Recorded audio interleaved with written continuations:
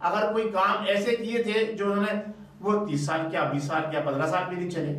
تو اب سارا کچھ چور اور ڈکیت جب ایک جگہ اکٹھے ہوتے ہیں نا تو وہ دیکھتے ہیں اس میں سے نسبتاً بہتر کون ہے, وہ اس کو اپنا سردار چن لیتے ہیں. لیکن یہاں تو یہ الٹا حساب کتاب یہ ہے کہ جو سب سے زیادہ خطرناک ہے وہ آگے بڑھ کے آ رہا ہے. جو کل تک لوگوں کے گلے کٹ رہے تھے اور آپ اس جماعت کے ساتھ تھے, آج اس جماعت کی آپ برائی کر رہے ہو. تو یہ سب جو ہے ذاتی پسند ناپسند اور اپنے آپ کو بچانا اور اپنے آپ کو ہائی لائٹ کرنا, عوام کے لیے کچھ نہیں کرنا ہے. نہ انہوں نے ماضی میں کیا ہے, عوام کے گلے کٹتے رہے, انہوں نے کچھ نہیں کیا, انہیں سب معلوم تھا, انہوں نے اس وقت اپنی زبان نہیں کھولی. لیکن اب یہ جو ہے اپنے ذاتی مفادات کے لیے.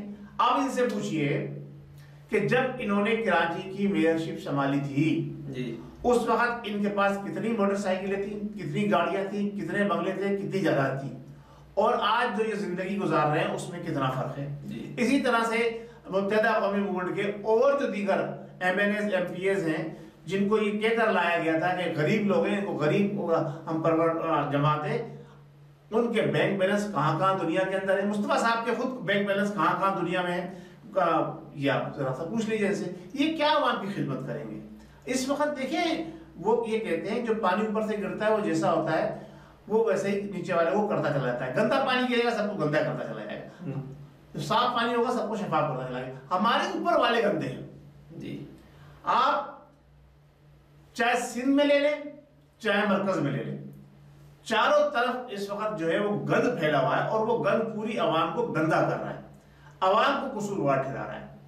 صحیح ہے کہ جی عوام صحیح نہیں ہے. وہ بھائی عوام کیسے صحیح ہوگی جس کے پاس کھانے کو ایک وقت کی روٹی نہیں ہو 24 گھنٹے کے اندر, مشکل سے ایک وقت روٹی کھا رہا ہو, وہ کیسے اپنے آپ کو چوری سے روک سکے گا؟ جس کے بھوک سے بچے پللا رہے ہو مر رہے ہو وہ کیسے بے ایمانی سے اپنے آپ کو روک سکے گا؟ یہ کام جو ہے جو کرنے کے آپ کے تھے, جو پاور جو ہے شہر کراچی نے سندھ کے لوگوں نے ان کی جماعت سابقہ پی ایس پی والوں کی سابقہ جماعت مصطفیٰ کمال صاحب کی سابقہ جماعت کو دیا. اتنا بڑا بھاری مینڈیٹ کسی جماعت نے آج تک پاکستان میں کسی لیڈر کو نہیں دیا. اس کے باوجود انہوں نے کراچی والوں کے لیے کیا کیا جب ماضی میں کچھ نہیں کیا, آزمائے میں, ان کو آزمانا بیکار ہے. جی تو ہمیشہ سے شروع سے یہ کراچی یہ قاتل ہیں, قاتل ہیں, یہ قاتل ہیں, یہ لبادہ اڑ کے عوام کو دھوکہ دینے کے لیے آئے ہیں. مصطفیٰ کمال بھی اس جرموں میں شامل ہے جو متحدہ قومی موومنٹ ماضی میں کرتی رہی ہے. اس کا مطلب ہے یہ جو انہوں نے بیانیہ دیا ہے آپ اس کو پھر جھوٹ سمجھتے ہیں؟ جھوٹ پر مبنی ہے, کچھ نہیں ہے. یہ صرف یعنی کہ پیپلز پارٹی نے تباہ نہیں کیا. نہیں, پیپلز پارٹی تو انہوں نے کیا کیا پیپلز پارٹی کو میں یہ نہیں کہہ رہا کہ انہوں نے تباہ نہیں کیا. دیکھیں پورا سندھ تباہ ہوا ہے, صحیح ہے. یہ ہماری پیپلز پارٹی کی حکومت سندھ کے اندر مستقل ہے, لیکن یہ متحدہ قومی موومنٹ بھی ہمیشہ ان کا حصہ رہی ہے نا. نہیں سر, میں صرف اور بھی جماعتیں حصہ رہی ہیں. انہوں نے خالی پیپلز پارٹی کے اوپر کیوں لا دیا؟ یہ اپنے آپ کو بھی تو کہنا. کشمور سے کراچی تک کی انہوں نے کہا ہے کہ انہوں نے یہ سندھ کو تباہ کر دیا پیپلز پارٹی کی. لیکن ایم کیو ایم تو محدود ہے کراچی اور حیدرآباد, کراچی, حیدرآباد, سکر, میرپور خاص سب جگہ سے ایم کیو ایم کی سیٹیں تھی. MQM Peoples Party کی صوبائی حکومت کا ہمیشہ حصہ رہی ہے. تو انہوں نے کبھی بھی فلاح و بہبود کے لیے کیا کام کیا؟ اگر کیا ہوتا تو تباہ کیوں ہوتا سندھ؟ تھوڑا بہت تو بچتا. اب تو پورا سندھ تباہ ہوا ہے. جو آپ اس بیان جو کراچی کے اندر ادارے تھے ان کو انہوں نے بڑا غلط کر دیا. ٹھیک ہے اپنے ادارے بنائے, انہوں نے کے بنایا, فلانا بنایا, لیکن بات یہ ہے جو مستقل ادارے کام کر رہے تھے ان کو تو برباد کیا تھا انہوں نے. تو ابھی ہر ڈپارٹمنٹ تباہ ہو گیا. ابھی وفاقی حکومت اس میں کہاں نظر آتی ہے؟ وہ کراچی میں, کراچی کے ڈیولپمنٹ میں وہاں پہ دیکھیں اس بار ابھی دیکھیں نا وفاقی پی ٹی آئی کو, میں سوری آپ کی بات کر رہا ہوں, اس الیکشن میں پی ٹی آئی کو کراچی سے اچھی خاصی سیٹیں ملی ہیں. کس وجہ سے؟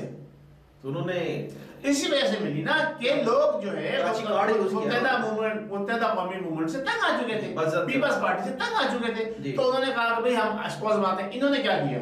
تو انہوں 2.5 سال گزرنے کا انہوں نے کیا کیا؟ کچھ بھی نہیں کیا. انہوں نے لالی پاپ دیا ہے وہ سرکولر ٹرین کا, وہ بھی انہوں نے کہا یہاں سے لے کے وہاں تک چلے گی, وہ آدھے راستے میں چل گئی, وہ بھی رک گئی ہے. اب اس کا روڈ جو تھا وہ بالکل مختصر سا کر دیا گیا ہے. ابھی تک اعلان تو کر دیا, چلا بھی دی, اور اسٹیشن ہی نہیں بنے, انتظام ہی نہیں ہے, کوئی کلیئرنس ہی نہیں ہے. پولیس والے روڈ پہ کھڑے ہو کے جو روڈ کراسنگ روڈ ہے جو ٹریفک کراسنگ ہے اس میں پولیس والے کھڑے ہو کے آج سے گاڑیاں روک رہے ہیں, بیریئر تک نہیں لگائے وہاں پر. تو یہ سارا لالی پاپ ہے. اچھا سب سے اہم بات جو میں کرنا چاہ رہا تھا یہاں پر آج, وفاقی حکومت سندھ کے جو کیا نام ہے آبی ذخائر ہیں یا سندھ کے جو آبی کیا نام جزیرے ہیں, سندھ کے جو جزیرے ہیں ان کو وفاقی حکومت بیچ رہی ہے. نوٹ کر لیجئے میری بات. چلیے کہ جو کراچی کے جو جزیرے ہیں جی سندھ کے جزیرے بدین سے لے کر جی سندھ کے جو جزیرے ہیں چھوٹے چھوٹے ان کو وفاقی حکومت بیچ رہی ہے. کن کو بیچ رہی ہے؟ اب یہ ڈیٹیل آئے گی انشاءاللہ, وہ بھی ہم بتا دیں گے. جو اب تک صورتحال سامنے آئی ہے ان میں مختلف بیرونی کمپنیوں سے اور کچھ اپنے لوگوں سے انہوں نے ڈیل بنائی ہے. اب اس کو ڈیولپمنٹ کے نام پر 50 کروڑ روپے انہوں نے ابھی ان کے رکھے ہیں. اب یہ بتائیے جن جزیروں 50 کروڑ یا 50 کروڑ ڈالر 50 کروڑ ڈالر سوئی 50 کروڑ ڈالر ان کے سندھ کے جزیروں کو کیا نام ہے ڈیولپ کرنے کے لیے رکھے. او بھائی سندھ کی عوام, کراچی کی عوام جو بھوکوں مر رہی ہے ان کے لیے تو کچھ رکھ دو سب سے پہلے بھائی. بارش سے پورا کراچی ڈوب گیا تھا, وہ اس کے لیے کچھ کر نہیں سکے. کراچی تو کھڈر بنا ہوا ہے جی, اور یہ ایک سرکولر ٹرین کا لالی پاپ دے دیا اور پروجیکٹ کا لالی پاپ دے دیا. کراچی میں جو بلڈنگیں 40-50 سال سے بنی ہوئی تھی ان کو جناب علی مسمار کر کے جی ہم نیا شہر بنائیں گے, توڑ کے چلے گئے. آپ اس کے بعد پوچھنے والا نہیں ہے. غریب کی آپ نے دکانوں کو چھوڑ دیا. پھر ابھی سندھ کے شہر سکر کے اندر جو ہے جناب علی وہاں بھی آپ نے جو ہے ناجائز قاصبین کے نام سے جو لوگ 40-30 سال سے بیٹھے تھے ان کی دکانوں کو, ان کے گھروں کو آپ نے توڑ دیا. اب آپ مجھے یہ بتائیے بنی گالا کو تو آپ نے ریگولائز کرا لیا, تو ان کو کیوں نہیں ریگولائز کرتے آپ؟ جو میں آپ سے بات کر رہا ہوں, کیا یہی ہمارا دین سکھاتا ہے؟ کیا یہی ہمارا اسلام سکھاتا ہے؟ کیا یہی مدینے کی ریاست کا تصور ہے کہ آپ اپنی قبضہ کی ہوئی جگہ ناجائز اس کو آپ پیسے دے کے عدالتوں کو رشوت دے کے اس کو آپ ریگولائز کر لو, اور جو غریب جس کو سر جھکانے کی جگہ نہیں ہو وہ کوئی اگر اللہ کی زمین کے اوپر اپنا ٹھیا بنا کے بیٹھ جائے کوئی کام کرنے کے لیے یا اپنا سر چھپانے کے لیے جگہ بنا کے بیٹھ جائے اس کو آپ مسمار کر دو. یہ کہاں کا ہے انصاف ہے؟ یہ تو ظلم کر رہے ہیں آپ, اور ظلم پھر ظلم میں بڑھتا ہے تو مٹ جاتا ہے. اور ظلم کو مٹانے کے لیے آج میں آپ سے جو بات کہنے جا رہا ہوں, یہ فاروق صاحب بڑی اہم بات ہے, اس کو آپ نوٹ کر لیجئے. علامہ خادم حسین رضوی کے انتقال, ان کی شہادت نے ان کی شہادت نے, اب وہ لوگوں کو بھی بیان آ گئے جو میں نے بات کہی تھی. صحیح ہے. سابقہ ISI کے سربراہ حمید گل کے صاحبزادے کا بھی اخباری بیان آیا ہے جو میں نے پڑھا ہے. جی حفیظ اللہ خان نیازی صاحب کا بیان آیا ہے, جناب عمران خان صاحب کے بہنوئی ہیں, انہوں نے تو ڈائریکٹ آپ والا بیانیہ دہرا دیا ہے. جی انہوں نے تو ڈائریکٹ کہا ہے آپ والا بیانیہ سیم ٹو سیم ریپیٹ کر کہ یہ مرڈر ہوا ہے. جی یہ مرڈر ہے, یہ مرڈر ہے, یہ مرڈر ہے, اور علماء کرام کو راستے سے ہٹایا جا رہا ہے. جو آقا دو عالم صلی اللہ تعالی علیہ وآلہ وسلم کی ناموس کی بات کرتے ہیں ان کو قادیانی لابی پسند نہیں کرتی. بالکل ان کو, اور دوسرے ہمارے لوگ ہیں وہ بھی پسند نہیں کرتے. میں اختلافی بات میں نہیں جانا چاہتا, اور انہی کی ایما پہ یہ سارا کام ہو رہا ہے, اور چن چن کے ان لوگوں کو ہٹایا جا رہا ہے جو عقیدہ ختم نبوت پر پختہ یقین رکھتے ہیں اور اس کے لیے کٹ مارنے کے لیے تیار ہیں, یا عوام کو اس کے ان کی راہ ہموار کر رہے ہیں کہ آپ میدان میں لکھ لو عقیدہ ختم نبوت کا دفاع کرنے کے لیے. تو علامہ خادم حسین رضوی ریفرنڈم کر گئے, ان کا جنازہ وہ پاکستان کے حکمرانوں کے لیے, وہ پاکستان کے تمام اداروں کے لیے, اور بالخصوص ہمارے عسکری اداروں کے لیے ایک بہت بڑا ریفرنڈم ہے کہ پاکستان کی عوام کے دلوں میں کیا تھا, کیا ہے, پاکستان کی عوام کیا چاہتی ہے. کہنے والوں نے, رپورٹ کرنے والوں نے کروڑ بھی رپورٹ کی ہے, اور 1,70,00,000 کی بھی آواز آئی ہے کہ عوام نے جنازے میں شرکت کی. یہ تو وہ لوگ تھے جو وہاں پہنچ سکے, بالکل, اور کروڑوں لوگ ایسے بھی تھے جو اپنے خون کے آنسو اپنے اندر پی کے اپنے گھروں میں رہ گئے.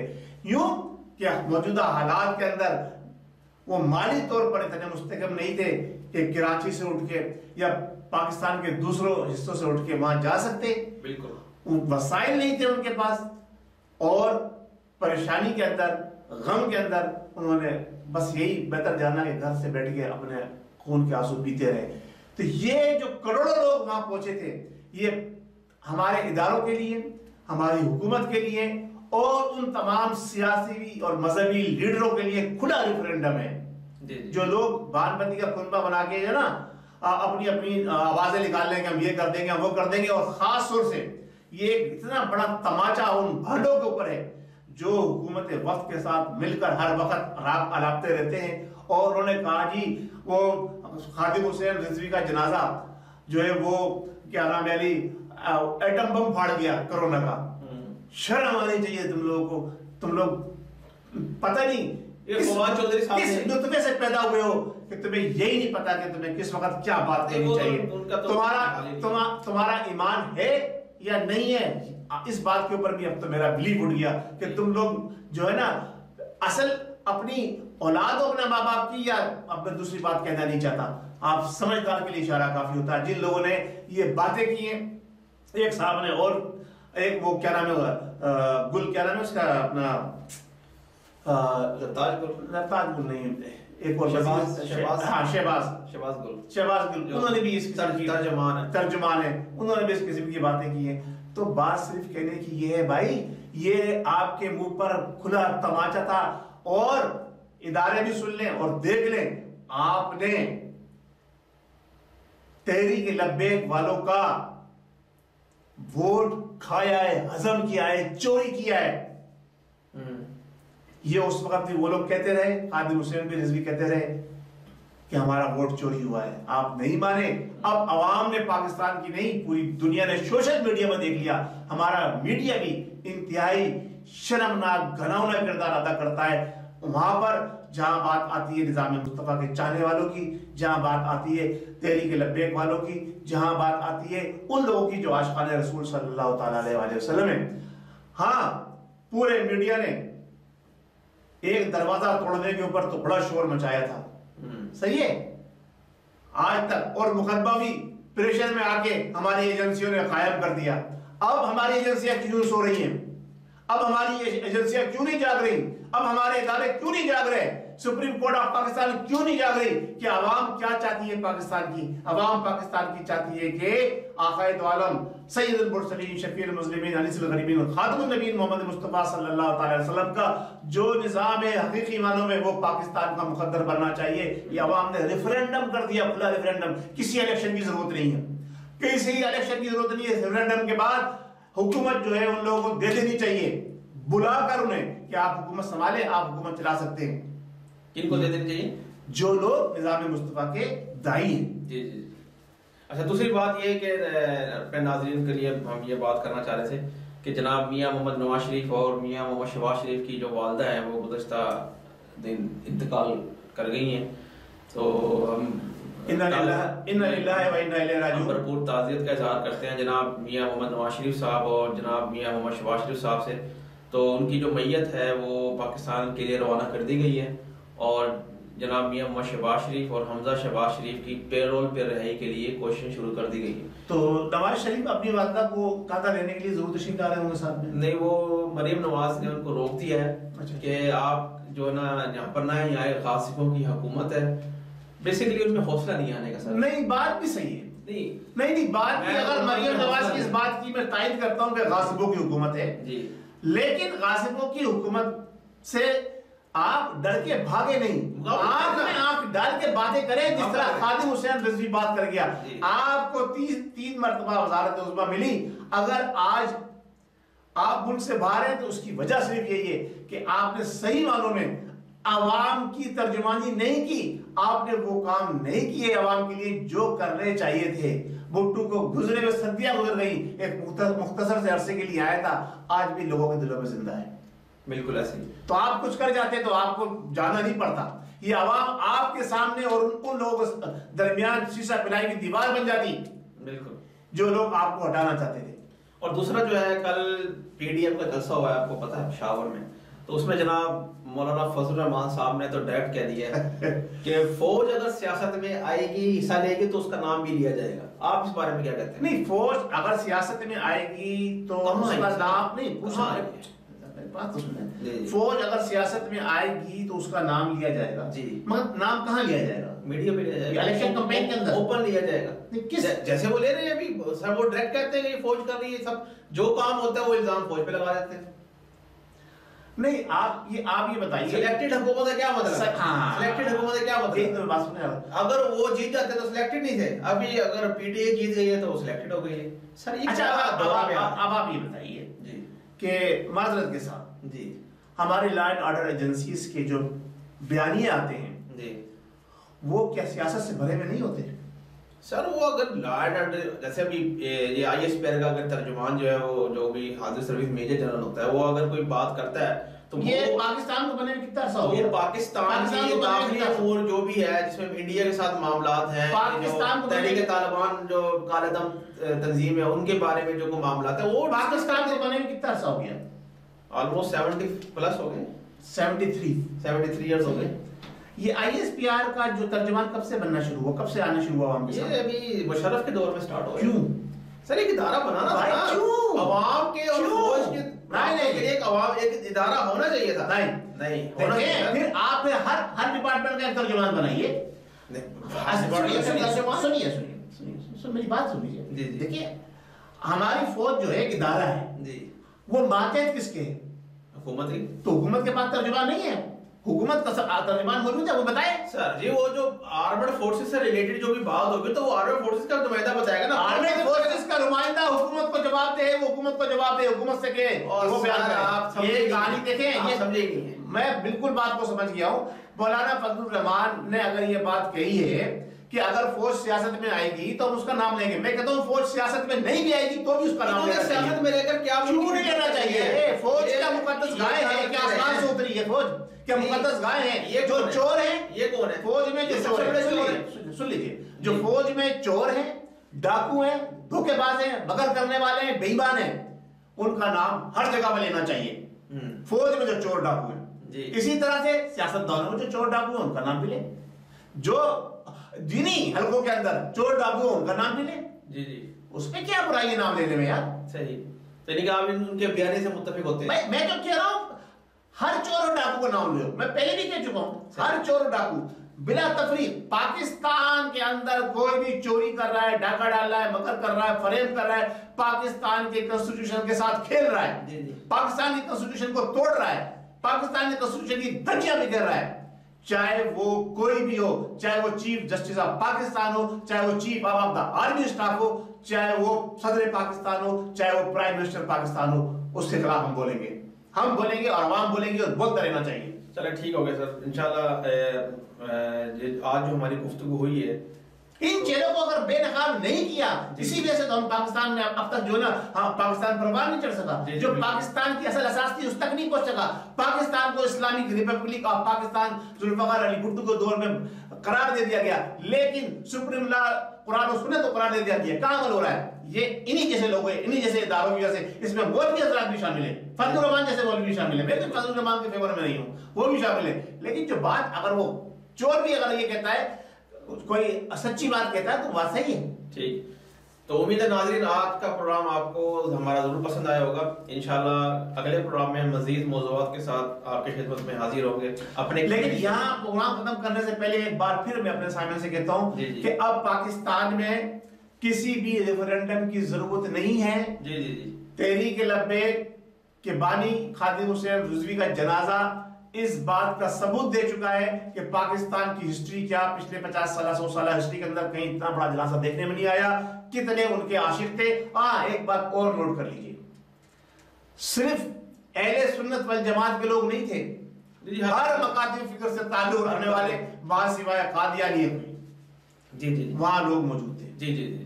تو ناظرین اپنے کمنٹ سے ضرور آگاہ کیجیے گا. نیکسٹ پروگرام تک کے لیے مجھے محمد فاروق ڈوگر اور جناب ایم ایس اطہر قریشی صاحب کو اجازت دیجیے. اللہ ہمارا عامر ناصر. پاکستان زندہ باد.